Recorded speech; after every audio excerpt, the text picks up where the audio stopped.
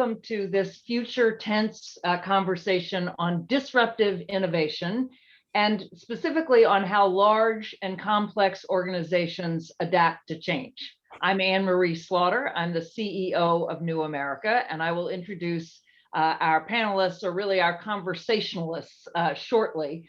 I do want to just tell you that Future Tense is itself an innovative collaboration between Arizona State University, ASU, Slate, and New America, and it explores the impact of technology on society. And so in fact, this collaboration has brought all sorts of interesting and innovative programming. We will be talking for about 40 minutes, and then I will turn it over to all of you, and we will take your questions. So we have two fabulous people to talk about innovation in large and complex organizations: universities and railroads, which I think it's fair to say, when people say innovation, those are not the images that jump to mind. I say that having taught in universities for 20 years, and I'm also an Amtrak rider. And so innovation is pretty much the last thing I think of when I think of railroads. But really, that's the point of today's conversation, because particularly in the United States, but I think globally, when you talk about disruptive innovation, people think Silicon Valley or Silicon Alley or Silicon something. They think about new technologies, information technologies, biotech. They don't think about what it takes to disrupt, and the disruption part is as important as the innovation part, to disrupt and to innovate in really big organizations. And yet without that, we are not actually going to be an innovative society. So our discussants are Dr. Michael Crow, he became the 16th president of ASU in July 2002, almost 20 years there, Michael. And he has revolutionized ASU. There are no adjectives to describe the full impact of the change that he has wrought. And he'll talk about that, so I won't steal his thunder. Before that, he was executive vice president at Columbia University, and he was a professor of science and technology policy in the School of Public and International Affairs. And that's important because Michael has studied innovation as a scholar, as well as an educational leader.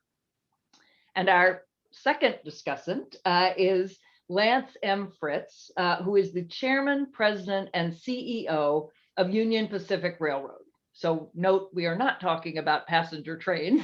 I can't wait to hear more about this kind of innovation for Union Pacific. So he also joined Union Pacific in the year 2000. I think that's interesting to be just right off the bat. It takes a long time to innovate in these organizations. So these are both leaders who've been there almost two decades. And he was COO, Executive VP of Operations, and VP of Labor Operations. Before joining Union Pacific, he worked for Fiskars Inc., Cooper Industries, and General Electric. And both he and Michael serve on all sorts of boards and have had lots of outside experience. But rather than going through their CVs, I want to start by asking both of you just to start off, talk about the organization you found when you came in, and give us just set the scene for us. And Lance, I'll start with you. What was Union Pacific like in 2000? What did you encounter, and what did you immediately think of in terms of needing innovation? Yes, thank you very much, Anne Marie, and thank you for having me here today. So let's go back to 2000. One of the things that's striking and unique about Union Pacific is our age and what we mean to the United States economy. And so when I landed at UP, it was a company that was about 140 years old at the time. We were signed into existence by President Abraham Lincoln in 1862 as part of the Pacific Railway Act. And we were extremely proud of what we did for the U.S. economy. We operate in 23 Western states. We serve about 7,300 communities. And even back then, we were talking about how we build America. We connect the communities that we serve, the businesses that we serve, to each other and to the world. And we play a pretty vital role. Railroads in the United States ship about 40% of the freight between cities, and we account for less than 1% of the greenhouse gas emissions. So you roll that all together. There was a couple of other things, though, that needed a little changing. One was we are very insular and as a company at that time.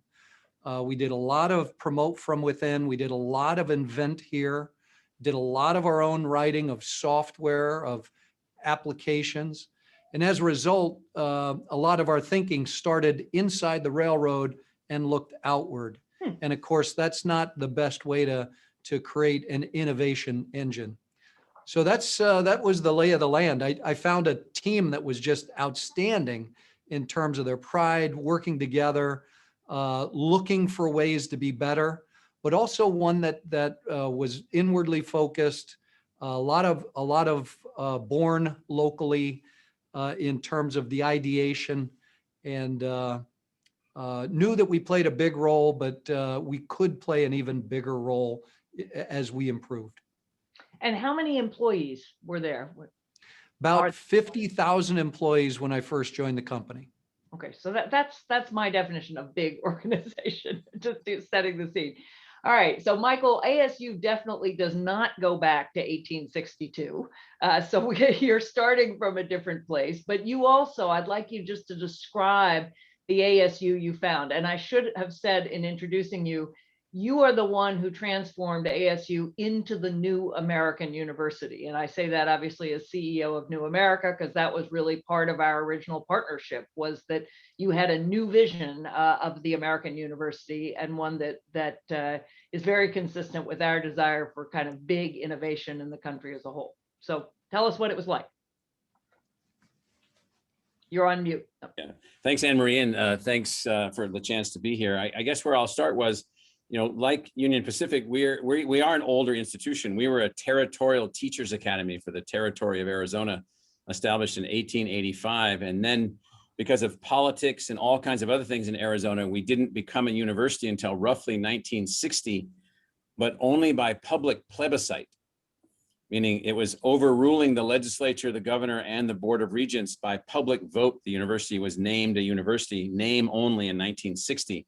So I come 42 years later, and the model that they had worked for those 42 years to implement between 1960 and 2002 was the classic public agency model for a university, public bureaucracy model, very fixed in the public university model, very much buying into the sociology of the day, very much buying into the structure.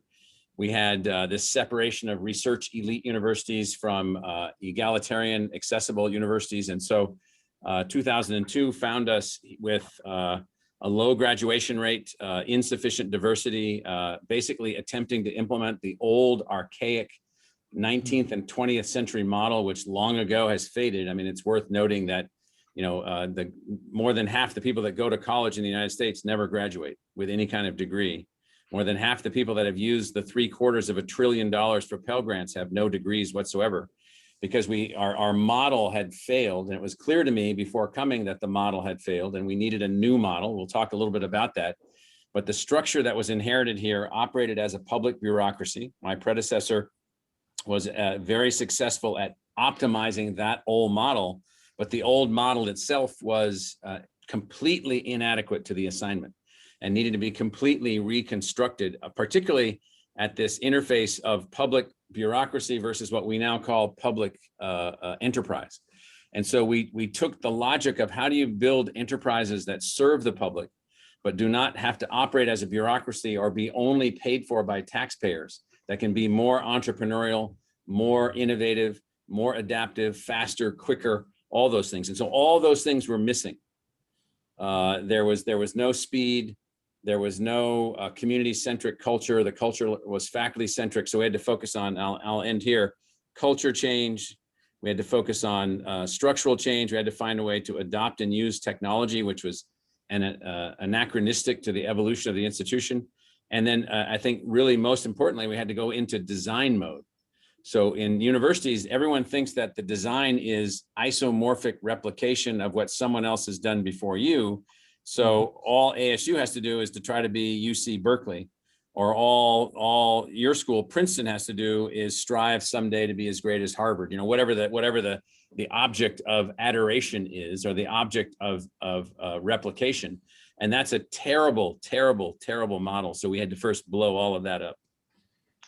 Wow. So we've got lots of kind of ingredients for disruptive change already. And Michael, I'll just emphasize your point about optimizing the existing model, which is, yes, that is stewardship. It can be innovation, but it's going to be small innovation, and actually disrupting and creating a new model and what you have to do. So Lance, let me come back to you. I'm thinking, both of you had a fixed plant. I mean, you have rails and they go places, and presumably you can't just blow them up and run new rails.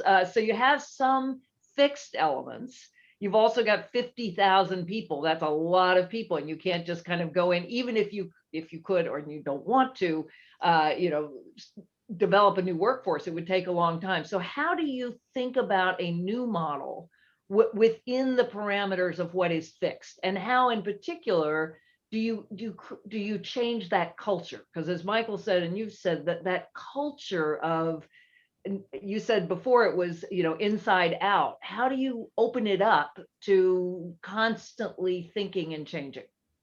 Yeah. Well, Michael, when Michael was speaking about transformation and getting into design mode and not optimizing the old model, but finding your model, the one that works for you for the next whatever period of time, that's absolutely spoke to me. We've just gone through that iteratively. And so for a railroad, the fundamental business question is a gigantic linear program, right? You've got, for Union Pacific, 8 million or 9 million cars that want to go from where they are to where the customer wants them because they need something moved there. And you need to do that by, optimizing on your resources, making sure you hit a schedule that works for your customers, utilizing the existing footprint to the maximum extent possible, et cetera, et cetera.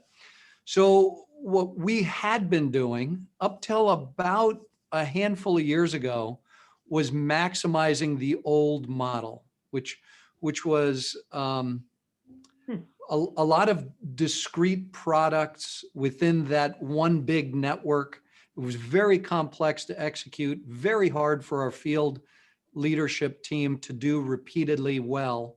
And as a result, our service product was, pretty good. We had beautiful white glove service to the customer, facing the customer, but we weren't always doing what we said we were going to do for the customer. And we blew that model up and iterated a new design that worked for us. And the core principles of doing that were, one, we had to streamline the organization and push the decision-making down deeper to where the work and the expertise resided. Two, you had to both put the accountability there, but also enable it. So when we created the new design, instead of having 24 really smart people in the headquarters building build a network model, we asked hundreds of people from the field to come in, and with the express need, you're going to design the transportation model. We've got the experts that can help you figure it out, but your job is, don't touch cars unless you had to. Move them as deep into the network as you possibly can. Make sure it's a plan that you can execute on your average day with your average team, so that our service product is very consistent and reliable. So by pushing the work there, by having the experts build out their own model and be supported by people who know how to, connect all the moving parts, we've removed about a third of the work that we were doing. All of our service product numbers have improved. Our efficiency has improved dramatically. Now we've drug our team through a keyhole, but on the backside of it, they're winning. And we were super transparent about the process. It was very painful, to the large group of the team, because I don't think anybody runs to change. Right? I mean, it's a rare human that goes against, hundreds of thousands or millions of years of evolution and runs to put more energy in and runs to the challenge. Most people just want to go away. And we've kind of really helped our team understand the challenge is never going to go away. And so let's just be transparent, build a foundation of trust, and be clear on what the challenge is, and hold hands as we're going to go after it. Have a little grace with each other. I love that. And I want to come back to talk about how you create that culture, because I do think one thing all three of us share, and I'm definitely a leader. I'm much more interested in leading in a transformative way than a stewardship way. That what excites me is building things and changing things. But we often find then we are those rare people who run toward change. We love change. Most people are not like that. So I want to come back on culture, but let me ask Michael to jump in. I mean, it's the same idea. You blew up the model, but you blew it up within an existing university that had students, that had faculty, that had departments, that had disciplines.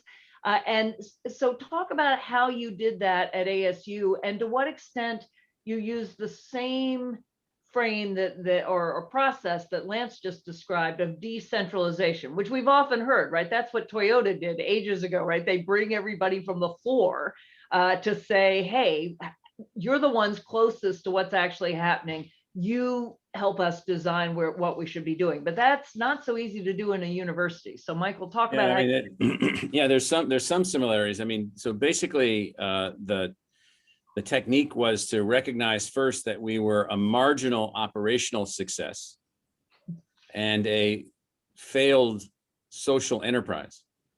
And so we used basically the argument that, we could sit here continuing to operate the way that we are and have less impact than we really ought to, or we could transform the institution. So basically what was done was that a proposal was made about how we could improve our social impact. This was then what eventually became our charter, which was our new reason for existence, which was an institution built around inclusion versus exclusion and the measured success of the student, an institution which would do research to benefit the public as a measured outcome, and an institution which would take responsibility for the outcome of the communities that we serve, social, economic, health and well-being, and cultural evolutionary outcomes. Now, once you change that model inside a university, you've altered its purpose. You move away from being faculty-centric to student-centric. You move away from being internally focused to being community-focused. And these might sound like minor things, they're not. And so we completely altered the cultural paradigm. And then within the institution, we have 5,600 faculty members and 30,000 employees. We had only 40,000 degree-seeking students. Now we have 150,000 degree-seeking students. So we have almost 4 times as many degree-seeking students as we had, and almost 10 times the diversity that we had in our student body. And so all of that comes from then being willing to basically attack the status quo, but not just attack it just to disrupt it. It has to be simultaneously replaced. I mean, the simultaneity of the replacement has to be instant. And so you do that in our particular case by driving down the idea that you as a faculty member, you as a chair of a department, you as the head of a school or a college are an architect. You're not a bureaucratic actor. You're a designer of what you're doing to help attain this set of objectives that we've outlined. And so it was empowerment of our actors as designers. That then has led to 40 new departments and schools, a whole new designs of things, 85 departments. Most universities have never eliminated a department. We've eliminated 85 departments and built and constructed new things. And so the key here, I guess, to the listeners is it's culture change driven by design empowerment with measurements of success that are understandable to the entire organization. And so those are really the things that we focused on in a very complicated place. Our employees are a little bit different than some of Lance's employees in the sense that, we have 2,100 employees that have a lifetime contract with the institution. We have high degrees of independent operating within the institution. Yet nonetheless, you still have to drive innovation, or the institution would continue to fail at its social objective, which we were failing at that point. Hey, Anne Marie, I want to make one observation. I was That going is, to ask you to respond. well, that simultaneity of having to reinvent without a hard stop, a pause, and then an implementation is, Michael, that's exactly like running a railroad, right? The railroad never stops. There's never a day where freight on the railroad doesn't want to go from where it is to where our customers would like it to be.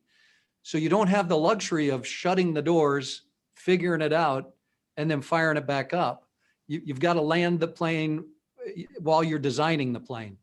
And that's a unique challenge. There's not a ton of industry that's like that, like your school. Yeah, we found that in the pandemic. So people say to me, well, how has it been being closed? I'm like, we haven't been closed for 1 second. We haven't been closed for 1 day. I've been sitting here in my office for 1 year to the day today. 1 year ago was the last day that I traveled anywhere, and I've been in the office for 1 year. So the institution has been moving forward every single second of every day, because that's the only way we can operate. Like you, we're a 24/7 organization. I mean, literally a 24/7 organization. So that is fascinating, and I have to say I'm taking active notes, just as a leader myself. This kind of constant transformation. But Lance, I want to focus something Michael said, because he started with an institution that he was able to say, look, we're failing. You know, where we are, we're marginal operationally, and we're a failed social enterprise. No one ever likes to hear that, but in my experience, it is easier to change a place where people know they're at the bottom of a ranking, or they're just not really doing what they should be doing. It doesn't sound like that was the situation at Union Pacific, however. I mean, it's often hard to convince people they need to change, because they think, well, we're doing fine. We may not be the best, but we're not the worst, and we're good at what we do. How did you convince people at UP that they needed to change? I very simply harnessed our desire to be the best. So if you go back, if Abraham Lincoln is the creator of your company, meh doesn't really cut it, right? If we're one of the largest, we think perhaps the largest freight railroad in North America, performing at a meh level doesn't really get the job done. We had, in the old operating model, we had been a tremendous success from the perspective of our shareholders, maybe some number of our stakeholders. We had improved our operating margin by 2,700 basis points over the course of about 13, 14, 15 years. That's kind of unheard of in industrial America. But for about 3 years prior to this very significant transformation, we'd been treading water, right? We'd essentially reached a plateau. And I would go out and visit our employees in the field who are on the front lines of creating the value. And I would never come away from one of those visits thinking, but for a smarter team or a harder working team, we'd be hitting the objectives that we should be. I'd come away going, that's a great team. They're working their ass off. And yet something's getting in the way. And candidly, it took me a while to figure out it was our plan. It was, to Michael's point, the fact that we were managing looking backwards at last year's model instead of really challenging ourselves to think, hey, if we want to be the best, running the railroad the old way isn't how it's going to happen. So what do we got to do? And we kind of opened our eyes to what the model needed to look like and changed ourselves. It was just harnessing what was already there, but giving it a name. So then that's important. So I'm going to ask you both about the biggest obstacles. But Michael, before I do, and actually Lance just opened this question, you have had to invent a new vocabulary, a new concept. I mean, you talk about ASU as a knowledge enterprise, as a public value university. I am very sympathetic to this because I run a think tank that isn't a think tank. It's something else. It's a public problem solving organization, but I don't have a vocabulary for that. So that people then default to university, railroad, whereas you are really bringing something into being as you both said, running it. So talk a little bit about that conceptual part, the vocabulary part, the way that you convince people they're in a new space. Yeah, so we spend a lot of time actually looking at philosophical underpinnings, drawing heavily from the philosophy of John Dewey or Richard Rorty or other of the American pragmatists, and truly American philosophical techniques and tools and ideas, and then underlying, and then on top of that, moving into the design of the university, the purpose of the university. So we use logic and rhetoric and philosophy as an underpinning basis for the argument, because we have to do that in the world that we live in, or you get wiped out. And then I think that the other thing that we've decided, and this has been hard because people in academia, as you know, think that big is bad. They think that if you don't admit only students with A+ averages from high schools, then you're a weaker institution, when in fact you're more of a democratic institution in that sense. If you have a broader set of students coming in. So what we've had to do is come up with very, very strong measurements of success against social goals, against individual goals. So it's highly goal oriented. I think that we've also, all turned into a little bit of Cicero, and that is just to suggest that we criticize by what we create. And so, well, there it is. There's our comment. It's what we did. And so, we do have the largest engineering school in the United States right now, with 25,000 students. And 10 years ago, we had 6,000 students in engineering. We have thousands and thousands and thousands of more women in engineering, and thousands of more minority students in engineering than we did. And we're graduating them into the open marketplace with the same market outcome as UCLA or Texas or Columbia or any other school in the country, including MIT, in terms of how our engineers do. It's just now that we're graduating thousands and thousands of them, because this notion that you have to be small and elite, that's built around the original design of the small colleges in Oxford and Cambridge. I mean, that's where that comes from. Plato's Academy in Athens, or academia, that's where that comes from. And it's okay. There's nothing wrong with it. But if we have to do that, we're never going to be able to achieve our social outcomes or our social objectives. So to your question, at some point, what we try to do is we try to basically say, we're producing from a very diverse population of students, from a very diverse faculty at a large, diverse institution. We're producing, a democratically derived student body of equal potential as the graduates of any other college, because somebody has to figure out how to do this. And so you got to give up a little bit on getting beat up. We get beat up constantly. Constantly just beaten black and blue over, how can you do this? How can you possibly do this? We had a reviewer here in the accreditation of our university that alluded to the fact that we were making up data. And I'm like, well, dude, I don't know what it's like in Ann Arbor, but at least over here in Phoenix, you start talking like that. That sounds a lot like, calling us a liar. And so then we overwhelmed him with data and facts and so forth and so on. And he backed up and said, I'm sorry, I didn't understand. And I'm saying, yeah, you didn't understand, and you went ahead and mouthed off anyway. And so that's a bad thing to do. So we also use huge amounts of data, huge amounts of analysis, and we're driven by a philosophical driver, which is, what would a people's university look like in the democracy called the United States of America, which was accessible and committed to the success of, what I mean when I say this, our economic democracy. And so we're one of those institutions, and we measure ourselves against that goal. So I note that both of you have created this long arc of history, right? Both of you, Lance, you said, when you were created by Abraham Lincoln, won't do it.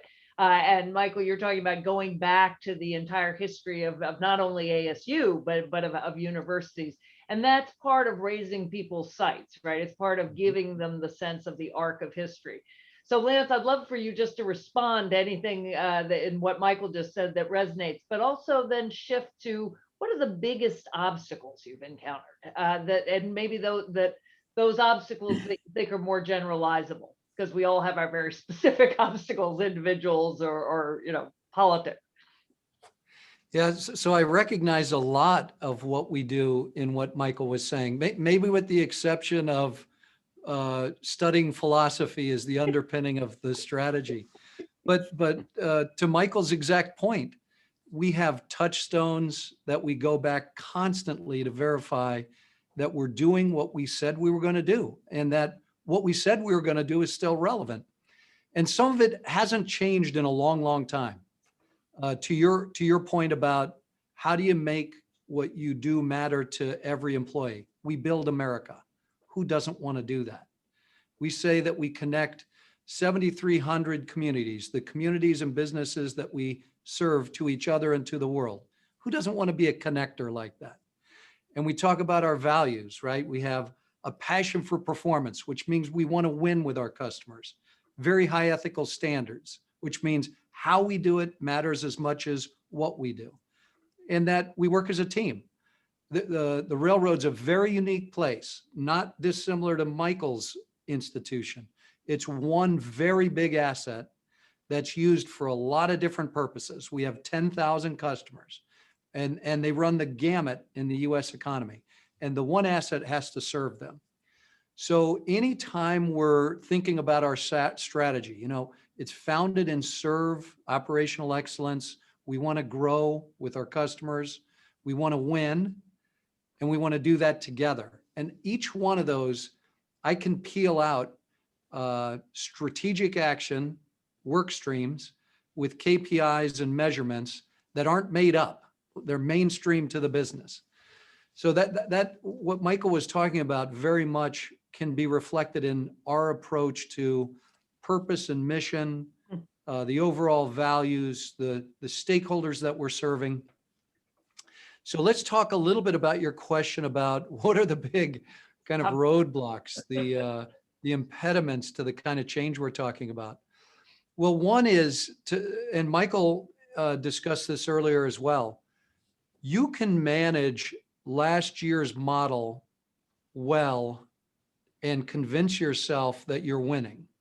If you narrow down your focus on statistics that measure, did I incrementally get better than last year or sustain a high level of performance based on the old business model, if that's true, that's winning. And it might have nothing to do with what your overall mission is and advancing the mission, or in my world, creating real long-term value for all of your stakeholders. So, last year's success can be a real impediment to next year's what you have to do. The simple fact that humans generally are wired up not to run to change, right? That I've read a fair amount about how humans view change as risk and a threat.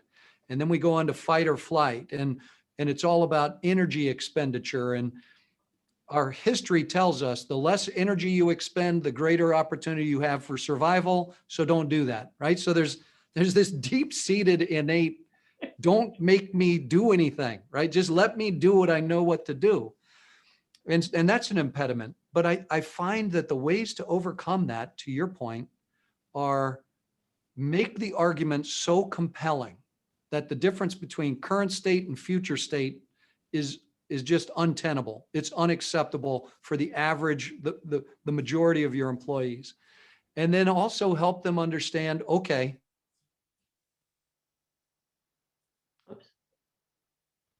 we're in this together. I don't know the promised land beats the snot out of today. And I promise you we're going to get there. I know we're going to get there. And then you just are very transparent about every day. It's one step at a time.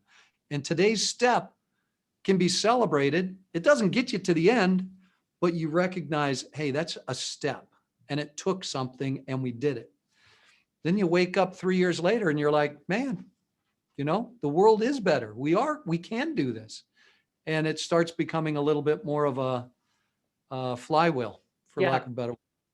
That's so Michael, I'm going to ask you about your obstacles as well. But I'm going to say to the audience that we're getting close to turning to your questions. So if you have questions, send them in, and I will be looking at them shortly. Yeah, so Michael, you haven't had any obstacles. I know that. no obstacles. I'm no obstacles, none. Academia is that these are the safest jobs in the world over here. And so I'll list some, none of them will be surprising, but the first one I would say is most of academia is trapped in a, what bureaucratic theorists would call a petty or petite bureaucracy model of conservers who argue against each other, exchanging small political combat regimens with each other, and it just is all consuming.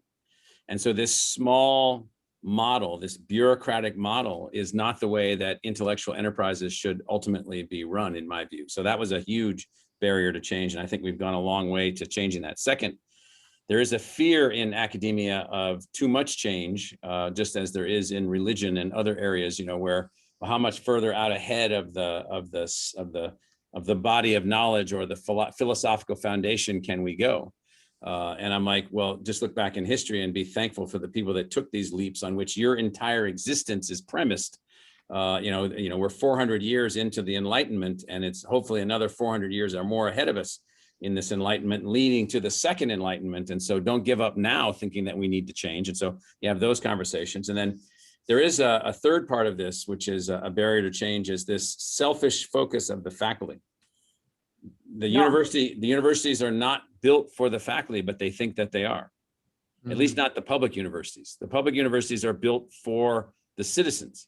The faculty are the mechanism. They're the public servants, who are supposed to drive the society forward. And then the last barrier to change that I'll list is, this is what I'm still working on, which is the resistance to public enterprise. That is, enterprise means entrepreneurism. It means self-generation of resources. It means taking risks. It means failure. And when the entire system was built on being funded by the state. So when I got here, we've increased our operating budget by over a factor of 5. And we've lowered our reliance on state investment in the institution to less than 8% of our operating budget. And that's without a hospital. And so we're generating billions and billions and billions of dollars a year by competing. And that competition then has put us into a position where that's the means by which we advance. And that is a logic which is absent from the ultra wealthy private universities, which are built on endowments and high tuition models, and heavily supported, publicly supported public universities. And so it's a barrier to get people to realize that the only people responsible for our fate is us.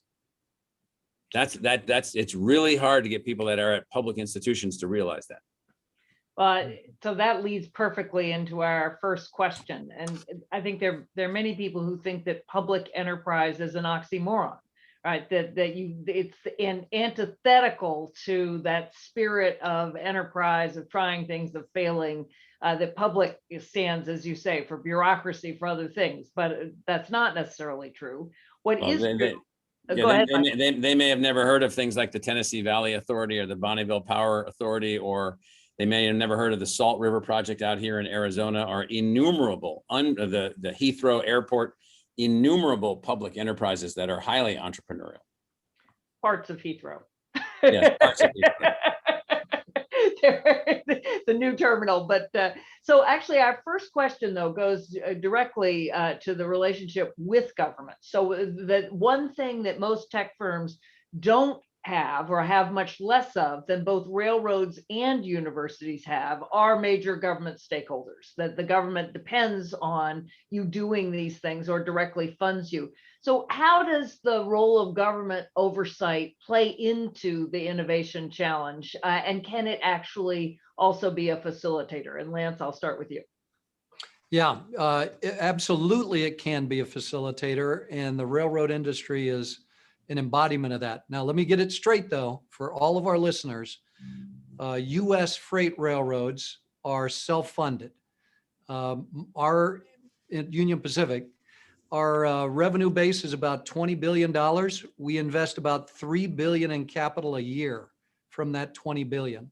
We own our own right-of-way, and we we maintain our own right of way. It's a wonderful business model for the US economy. We don't rely on the federal government for a dime to do that. Having said that, we are pretty heavily regulated, both from the safety side and on the commerce side. And we have a great relationship with our regulators.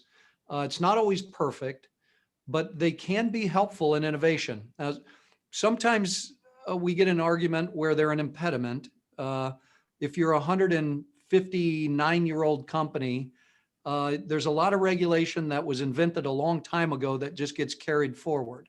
And you have to help your regulator understand that replacing it with something that reflects the capability of technology today and into the future makes a lot of sense.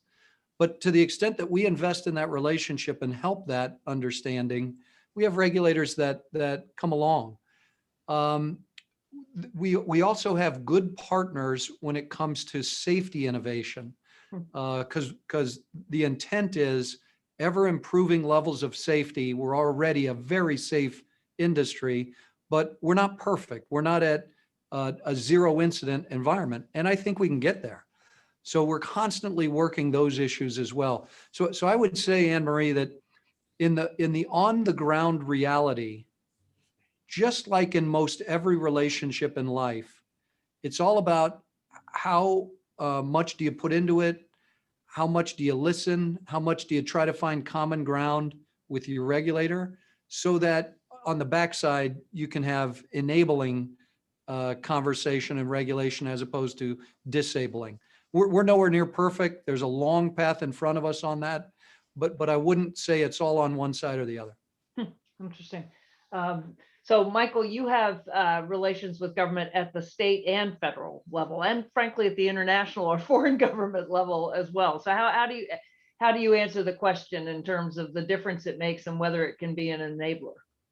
Yeah, so we have 4 academic campuses and research campuses in Metro Phoenix. We have 5 innovation campuses in Metro Phoenix. We have a center in Washington that you're familiar with. We have a brand new center that we're opening in downtown Los Angeles this summer in a beautiful renovated Herald Examiner building. We have more than 10 international partnerships that have physicality to them around the world. So we've got all that going on. So we are dealing with governments on all those levels.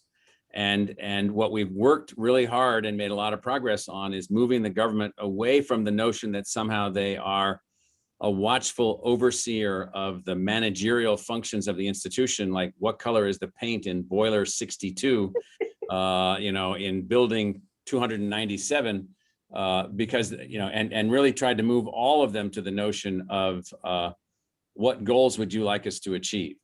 And so we were established by the people to serve the people. So the people that are appointed to oversee us, we ask them, what would you like us to achieve? We will worry about how to fund the university. We will worry about how to advance the university. You will make sure that we stay on that track. We will make sure that the university is kept at the lowest possible price for people from Arizona to maintain accessibility and so forth and so on. And so we've really moved to this notion of objectives. And so I think we have a very dynamic and very constructive relationship with the government at all levels. In the new campus we built in downtown Phoenix with significant investment by the city of Phoenix, the objective was to help evolve the success of Phoenix as the 5th largest city in the United States. And we have measurements of progress towards those objectives. In a new campus that we're building in downtown Mesa, Arizona, a suburb of Phoenix of more than 500,000 people that most people have never heard of, that's got a whole new life and a whole new vigor, and it's bigger than St. Louis and about the same size as Boston. We're building a world-class technology center for unbelievable digital design, digital creativity, and we just launched as a part of that the Sidney Poitier New American Film School, which will operate in Phoenix, Mesa, Arizona, and Los Angeles in these fabulous facilities. But those are public investments in infrastructure that the expectation is not, did you follow the rules to build the building in the right way? It's, did you create a dynamic change in the trajectory of Arizona, in the trajectory of downtown Mesa, in the trajectory of the lives of the people that you're touching? And so what we've done is we've just changed the whole, what is a goalpost? The goalpost is not oversight through functional review of every transaction. The goalpost is oversight through the establishment and attainment of objectives. Goals. So that also leads perfectly into another question. Although, Lance, I got to tell you, you've got some real railroad buffs in this audience. There's a bunch of questions coming in that Sheldon Cooper must be watching off the Big Bang Theory. I'm trying to choose those that will have maybe a little broader application, but I'm learning all sorts of things. But so one question that goes, I think, exactly to something you've both talked about is, does major innovation always require a basket of new metrics and performance indicators? And if so, how do you decide on what those are? Because you're changing, you're coming up with something new. So what they are and where they should be. And Lance, let me go back to you, but because both of you did say you develop new metrics, is that necessary? Anne Marie, I would say our experience is new metrics almost always are birthed from a fundamental change process or a business process that's been fundamentally changed. However, I wouldn't say that we necessarily start there every time. Sometimes we do, but with some frequency, let me put it this way. Transforming the railroad from the last way we used to run the transportation plan to the way we ran it today, we've had some carry forward metrics, a productivity metric like locomotive productivity or fuel consumption rate, or a service metric like how do we serve our local customers to and from local industry. And we've unveiled and embraced replacement brand new metrics like the speed of every freight car every day on the railroad, or the trip plan compliance for every intermodal box that we ship every day. So our experience is all metrics don't get thrown out because there's some fundamental metrics that are still reflective of what your customers and markets desire from you. But because the network is transforming and being managed in a different way, we've almost always found there are either additional or new unique key KPIs, really key success factors that we just didn't measure before because we weren't looking at the business model the same way before.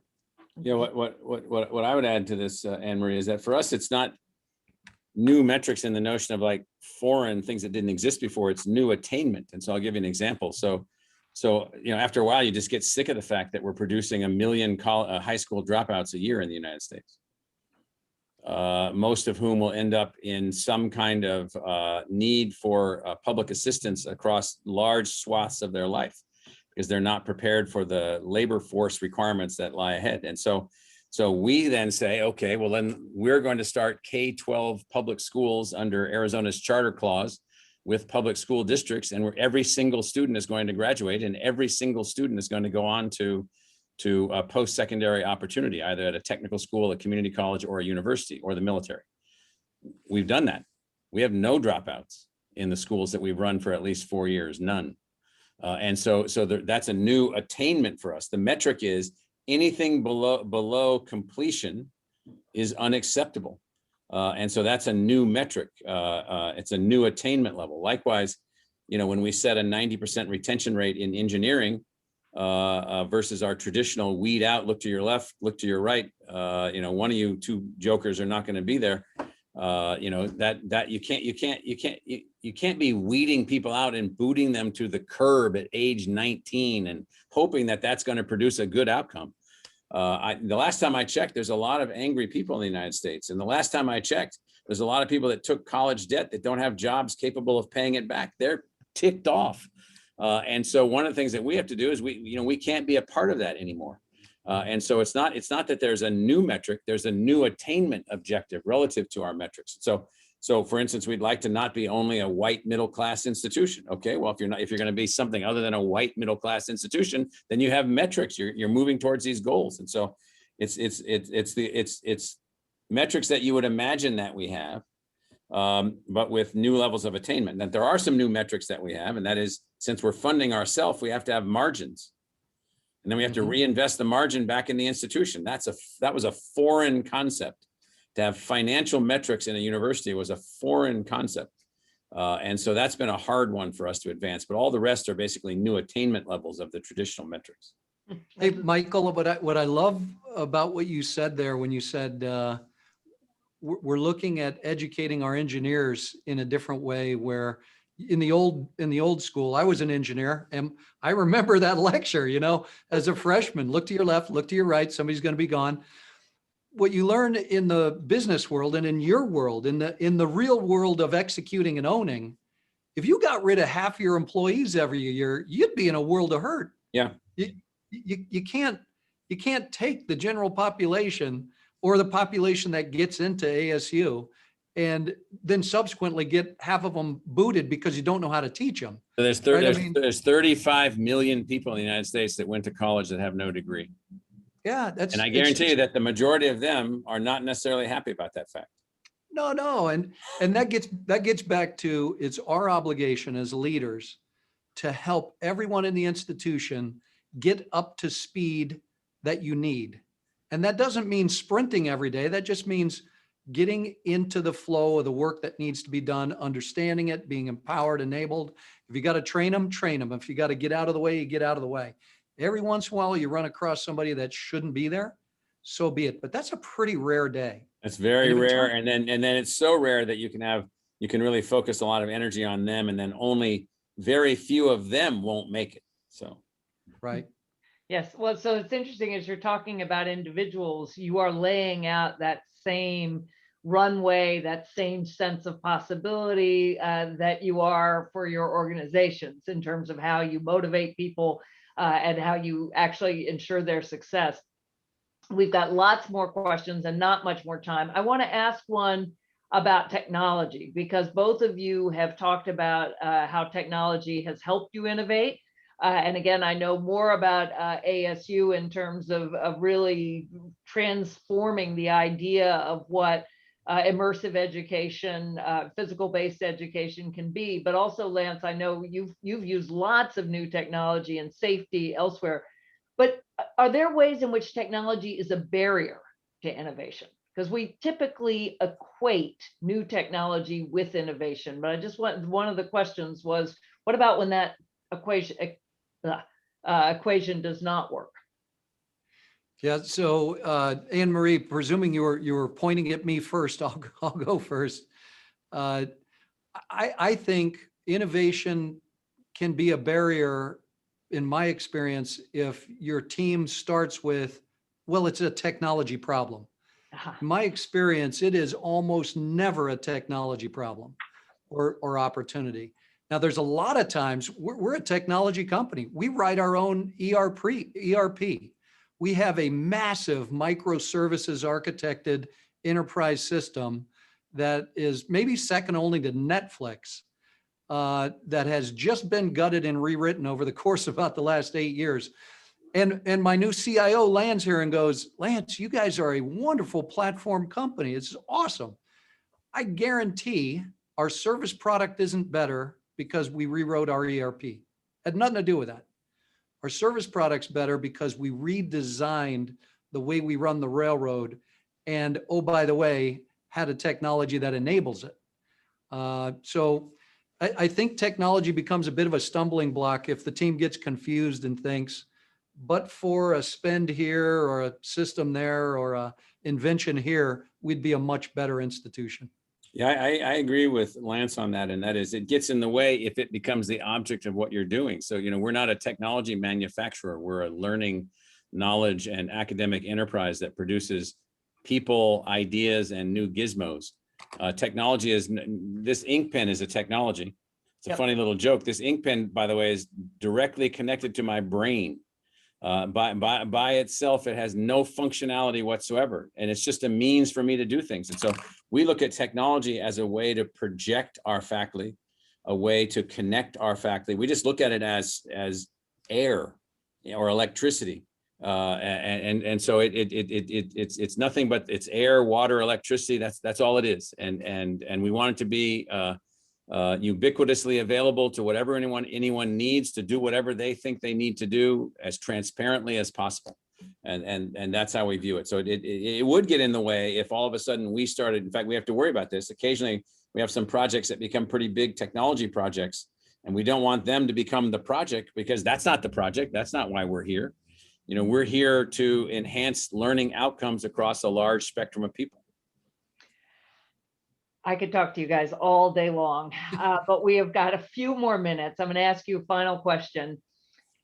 You've both been in your jobs, as I said at the outset, for almost 2 decades, indeed, Lance, and almost 2, Michael. So what would you tell, or will you tell, your successors? You are both transformative leaders. You have created massive innovation. You both said you broke the old model, you created a new one. So now your successor comes in. Do they come in to steward what you've built, or do they have to keep innovating? And if so, how? So what will you tell your successor? Not that I'm inviting either of you to step down, but I think it's an interesting question. Lance, go first. Yeah, sure. Clearly, the words out of my mouth will not be keep doing exactly what I've just done, right? That's a losing proposition. So I've thought a little bit about this, and I think the guidance to my successor is going to be, give it a little time, look at what you've got, be really clear-eyed about what's coming, be very inclusive in all of that research and thought and conversation. Don't wait too long. And once you've got a pretty clear image of what you think we need to be relentless. Just be relentless. Make sure you're building your cohorts, make sure you're building understanding, but there's not a minute that goes by that you're not working on whatever that is. And I think if we pick right, she's going to do a hell of a job. What I would say is good luck. And what I mean by that is that in our sense, by that point, we will have completely moved away from any of the standard managerial training practices of thousands of other colleges or universities. And so the good luck will be good luck and keep the innovation process going, and that the institution is in fact an innovation enterprise. That's what we do. And whoever takes over for me will then focus on a team leader of an innovation process that's continuous. And the good luck part is do not fall back. I mean, the fear that I have is the retrograde to the rest of the sector, which has not innovated in the same ways. And so innovation's got to continue to move forward. And so that, and then you know, here's my email. Don't use it too much. Let me know. Well, you know, when we started, I said that people don't normally think of disruptive innovation in terms of railroads and universities. They think of this as a Silicon Valley startup conversation, but you have both completely disproved that idea. As I said, I've been taking notes as a leader myself all the way through, and I'm struck in kind of pulling this together because it's impossible to summarize both at the scale of your vision, but your willingness to go back to the fundamental question of what it is you're trying to do. So you didn't take your institutions as given. You started with the mission. And the mission stays the same: to deliver at the high, to deliver for your customers, to educate students. That stays the same, and you both pose it in the largest terms and set very high attainment goals. But of course, how you achieve that mission then must change as circumstances change. But you focused people on purpose and mission and quality. And then everything else you loosened up to allow for design and natural human creativity. And it's just striking and listening to both of you that I feel inspired by your company's missions just as much as I'm impressed at the actual innovation. So it's been a fabulous conversation. I want to thank both of you. Thank the Slate team, the Future Tense team, and as always, our fabulous New America events team that makes all this possible. So have a great afternoon. It's wonderful to talk to you both. All right, thank you. Thank you. Bye. Bye-bye.